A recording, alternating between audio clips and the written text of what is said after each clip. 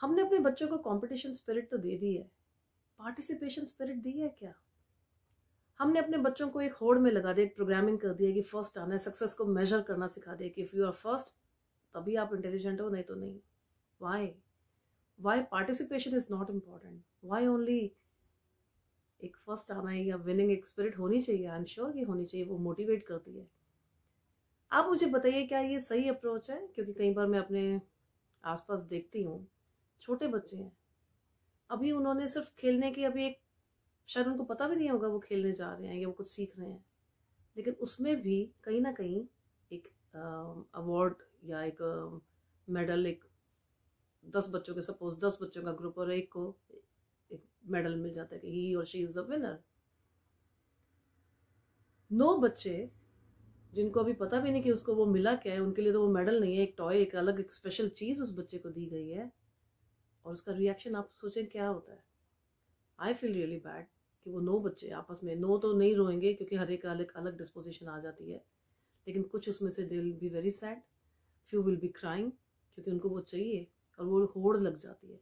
यानी कि अगेन हमने बच्चों की प्रोग्रामिंग एक फिर से गलत कर दी, उन्होंने अभी चलना भी नहीं सीखा और हमने उनको दौड़ में शामिल कर दिया।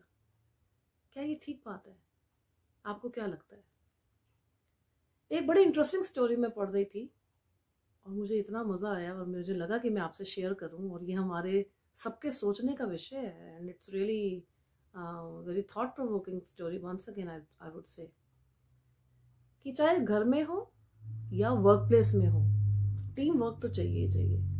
अगर घर में 2 या 3 लोग हैं, अगर जॉइंट फैमिली है, ज्यादा लोग हैं, अगर वो सारे एक दूसरे का साथ देते हैं, तो वो काम या कोई भी आप जिस गोल के लिए कर रहे हैं, it's very easy to accomplish.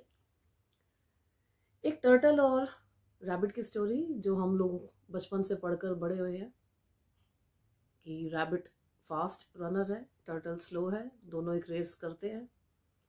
Rabbit तेज भागता है, वो दूर दूर तक देखता है कि टर्टल नजर नहीं आ रहा, और वो आराम करने के लिए एक पेड़ के नीचे बैठ जाता है, सो जाता है, और उसकी आंख लग जाती है, और इतने में टर्टल वहां से जाता है, वो अपनी उसी धुन में, उसी स्पीड में बढ़ता है आगे, और वो विनर हो जाता है।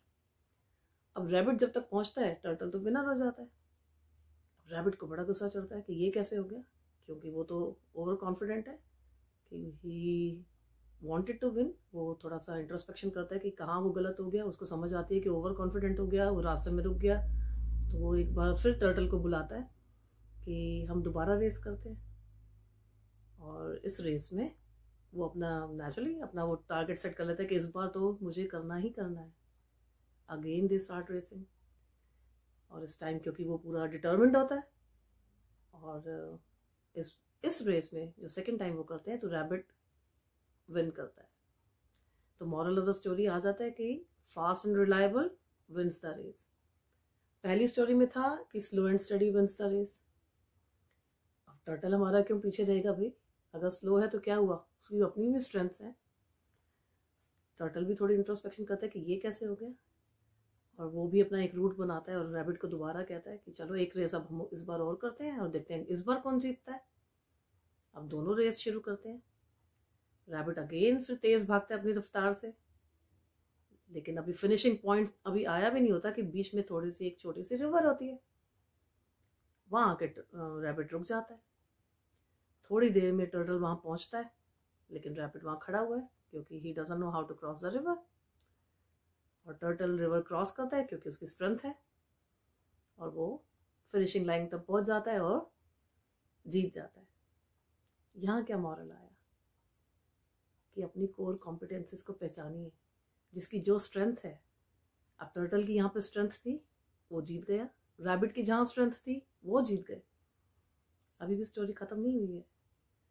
अब ये एक बार और रेस करने की कोशिश करते हैं, लेकिन इस बार इकट्ठे, आपस में नहीं करते, इकट्ठे करते हैं। तो जहां तक भागना होता है, रास्ता होता है, वहां पे टर्टल रैबिट के ऊपर चढ़ जाता है, और जहां पानी का रास्ता आता है तो रैबिट टर्टल के ऊपर जाता है, और दोनों इकट्ठे ही, बल्कि जल्दी रोड भी क्रॉस कर लेते हैं और रिवर भी क्रॉस कर लेते हैं। कितनी सुंदर कहानी है। और कितना मॉरल देने वाली है और कितनी मोटिवेशन देने वाली है अगर इसको हम जिंदगी में उतार लें। चाहे वो घर में अप्लाई करे, चाहे वर्क प्लेस में अप्लाई करे, चाहे टीम में अप्लाई करे। कि टीम में तो लिखा ही है उसकी every letter of the word team says together everyone achieve more. अगर ये हम कंपटीशन स्पिरिट खत्म करके पार्टिसिपेशन स्पिरिट ले आए, काम भी जल्दी होगा।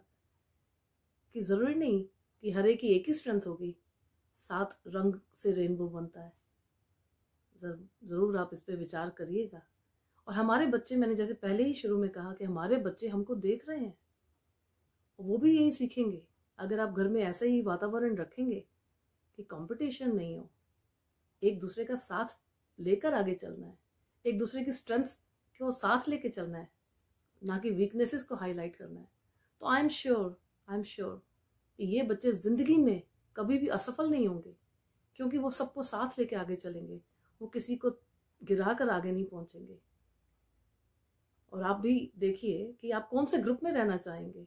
एक ग्रुप जहां आपने सबको पछाड़ के आगे एक किला फतेह कर लिया, या जहां आप सारे अपनों को लेकर चले और तब किला फतेह कर लिया।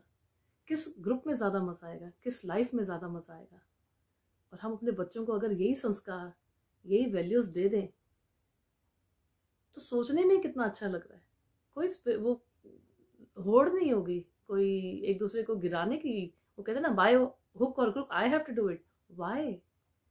कोई बाय हुक एंड क्रुक नहीं, हम together will do it, isn't it? Please मुझे कमेंट्स में जरूर बताइएगा, इससे मेरा हौसला भी बढ़ जाता है। क्योंकि मोटिवेशन हर स्टेज में चाहिए, सिर्फ बच्चों को नहीं, हम बड़ों को भी चाहिए। और घर में जितने आपके बड़े हैं, आप उन सबको भी आप एनकरेज करिए। कोई भी काम कर रहा है, छोटा है या बड़ा है, आप एक दूसरे का हाथ पकड़िए। घर से बाहर निकले तो बहुत गिराने वाले खड़े हुए हैं जो आपको रौंद के आगे बढ़ना चाहते हैं। लेकिन जब हम हर कोई अपने परिवार में ये संस्कार ये बच्चों में डाल देगा, बड़ों में डाल देगा, यही बच्चे तो बड़े होंगे। जब यही बच्चे बड़े होंगे तो यही संस्कार भी उनके अंदर डीप रूटेड हो जाएंगे, और फिर एक मजा ही अलग हो जाएगा। जरा सोचिए। Thank you once again.